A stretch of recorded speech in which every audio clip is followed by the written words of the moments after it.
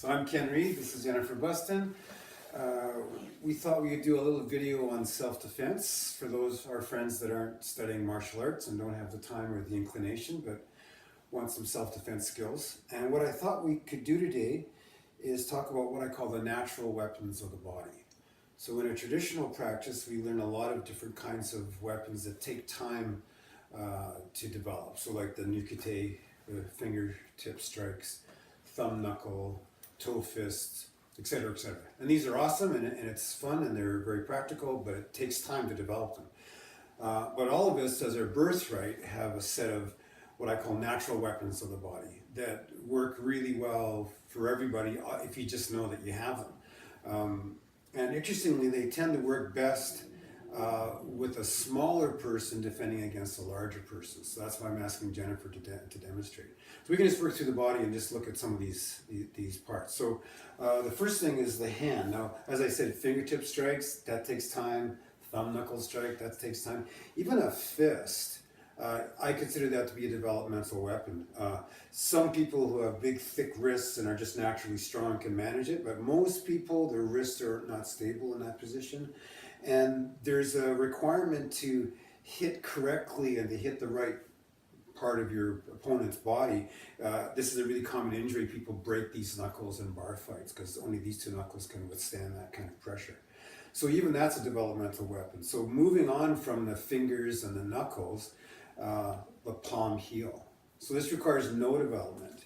And again, if I'm bigger than Jennifer, she can use that palm heel very effectively. Tougher for me to get under her chin, but for her that works perfectly. Palm heel strikes. And of course she's an advanced martial artist and she knows how to use that in a very effective way and how to back it up with her whole body and connect to the ground. And she knows where to hit with it. But the reality is it's like the blunt end of a baseball bat and you can hit any old way with that. It's not going to hurt you, it's just going to hurt whatever you happen to hit.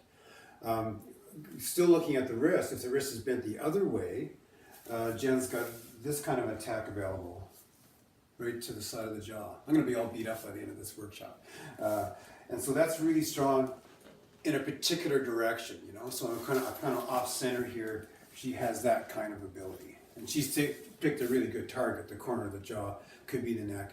Or as I said, it could really be anywhere in the body. You could be hitting to the ribs, or it just depends where you happen to be. You can just lash out with that. It's not going to hurt you, it's going to hurt whatever it hits.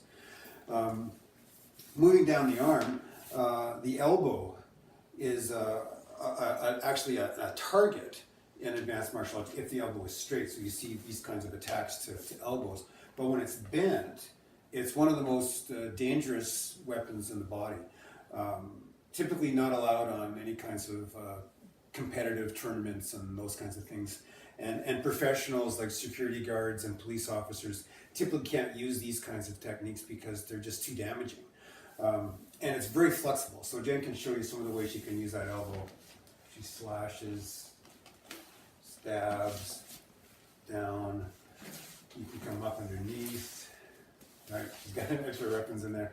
And even if I happen to be behind her, those elbows are quite effective, quite strong, and quite surprising. So they go any kind of way you can think of. They're very, very powerful, very practical. Between the wrists and the elbow, the long arms or the forearms work really well, just as striking any way they happen to be, including the inside of the forearm. If you happen to be, you can come this way, right? It's also very strong. And traditionally, we include the shoulder. Now, you're not going to put anybody in the hospital with a shoulder strike, but if you're being restrained, if you're being held, she can kind of bump you with the shoulder just to get room to get her elbow into play from there, right? So we can also look at the legs with analogous joints. So the palm heel is like the heel of the foot. And all the fancy kicks that are available, really the strongest kick you've got just to go straight down with that heel. And you can kick any old way with that, just using the heel. And those are really strong kicks. And again, these weapons tend to work both ways. So I happen to be behind her. She can lash back with that heel very effectively. Yeah. And as we said, the knee, like the elbow, is very effective and very flexible. So that, classic kind of a strike, you can go straight up the middle, of course, but you can hit high, you can hit to the side, you can even hit up to my ribs with that elbow. And it's it's a big, heavy joint, And if you can practice this with a friend sometime, just lightly touch each other, just feeling somebody else's elbow, you go, oh my goodness, that's quite knees. It's quite surprising how big and heavy and penetrating that bent joint is. Just as we said, the forearm, similarly with the shin. So rather than kicking with a foot, she kicks with the shin, and it's surprisingly sharp and heavy. A lot of martial artists use kicks and other kinds of strikes to condition the body, and typically they recommend using the foot because if you use the shin, it's too heavy for most people unless they're quite tough and quite advanced. And like the shoulder, the hip. So I might have Jennifer grabbing her this way, and she can just butt back with that just to create some space. And again, it's really surprising how strong that is. So those are the basic weapons attached to the joints. But finally, we actually talk about the head. And so again, if I'm taller than her, this part of the head, the forehead, is really solid and strong, and everything underneath it is quite delicate and vulnerable.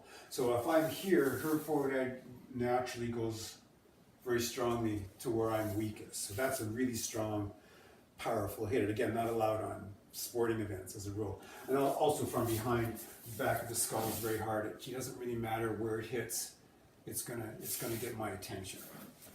So that's just a kind of a rundown of some of the simpler things. There's an awful lot of stuff. We haven't really talked about moving and the big circular movements that can be applied. Just as a quick teaser, if I was grabbing Jen from behind and she did a big circle with her arm, there's no way I can hang on to that. It's amazing how strong that is. So there's lots of stuff to uncover, but at least now you know that you're well armed. You're just bristling with weapons and you can in fact defend yourself. Thanks for watching.